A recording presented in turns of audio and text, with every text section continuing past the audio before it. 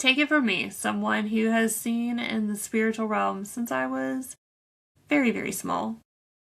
Spirits are easy, people are hard. I don't feel like I need to say a lot more, but I'm going to. I think that, in ancient times, the ancient Egyptians, for example, understood that the spirit that you partnered with in life was the one that would follow you into the next life. And emperors from Nero to Caligula to even here, I'm recording today in France, King Louis, who was killed in the revolution, wanted to be the sun god. He wanted to choose partnership with that spirit and embody it, and unfortunately that did not end well for him. Watching people choose partnership with really bad spirits gets complicated, and when a bad spirit sort of comes into the area, it doesn't usually come empty-handed. It comes with a promise of power, control, authority, immortality, lots of different things that, power, control, And if you get a bad offer at the exact wrong time, you might take the bad offer. And it can become really difficult to know when you start noticing something's up with this person who may have taken a really bad offer. What's driving the bus here? Is it the person or is it their friend? And at times, this animating spirit that they may have chosen partnership with might be waiting to take a crack shot at anybody else who is around at the wrong time. I have, as a seer and as someone who clings very hard to Jesus, I have been around people that I have watched as they have taken on almost a completely different form.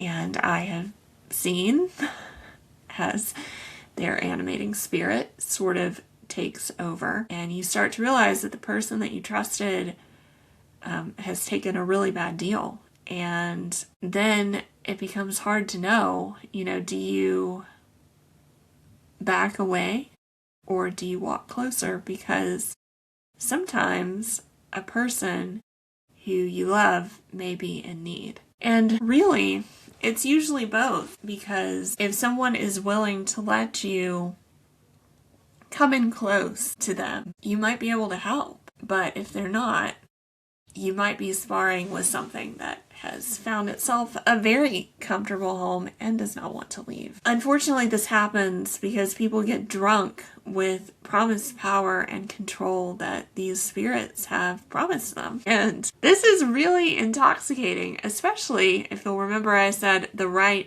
exact wrong time. A lot of times these spirits will show up in really difficult moments where control or power have already been lost in some area. But the main difference and the way that you know when somebody's got a really gnarly situation happening, the difference that you can tell if somebody is operating in the Holy Spirit or a bad spirit, the tell is almost always control. Because when somebody goes into overdrive and into control, there is another spirit that has entered the chat. Because rather than control, Holy Spirit offers us in Galatians 5 self-control and peace. And oftentimes trying to control a situation is the antithesis of self-control and peace. And so when you are dealing with someone not in peace, not in self-control, and oftentimes trying to be in other control, a great question when you run into someone who is on the rampage with their little friend is to ask Holy Spirit, why is it here? And what part of this person's heart do you want to speak truth towards? And help me to know how to love, to speak words that will heal and not harm. And then that statement of truth, I believe with all my heart that Holy Spirit will give you that statement. when you are confronted in this situation, He will give you the words to speak. And in that situation, a statement of truth becomes something that this person can choose to receive or not. And the best part, you cannot control whether or not they receive it, because God Himself does not violate our free will or our choices and does not control us. And so if God gives you a statement of truth, you get to put it down right there. Let them decide what they are going to do with it. And you may not see results or fruit for many years. And this is one of the best, freest, most amazing ways that you can actually see somebody walk into freedom. I remember I had this situation happen with a longtime close personal friend. And we were in a conversation and a situation, and I legitimately watched something come over this person. And God gave me some very clear, direct words that I spoke that day, and I put them down and walked away. And this can be really helpful when somebody that you love and care about is having a moment or has possibly offered a big open door to something that they shouldn't have. Speak the truth that may sting but will heal.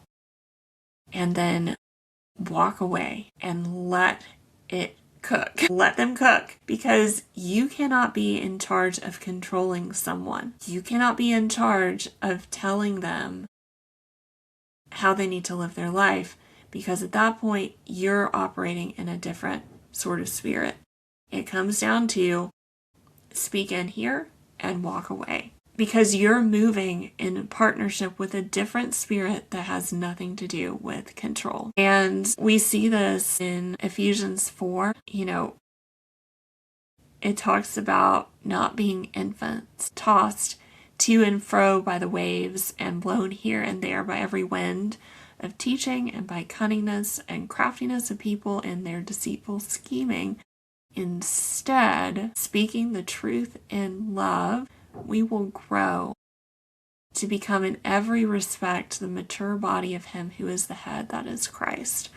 And asking God for words to speak to people that He loves, that they can grow to maturity, will have the desired effect and outcome. But where I see this go wrong is when people decide that instead of having self-control, they want to have other control. And so, in summary, you have to learn how to ask better questions of God, recognize the Spirit in operation by its fruit. Is it self-control or other control? And learning how to not just hear truth, well, you shouldn't be acting this way, but actually learning how to understand why someone is acting that way and ask God for keys of breakthrough that cut through the noise. That's the key. Hey there, I'm Mary.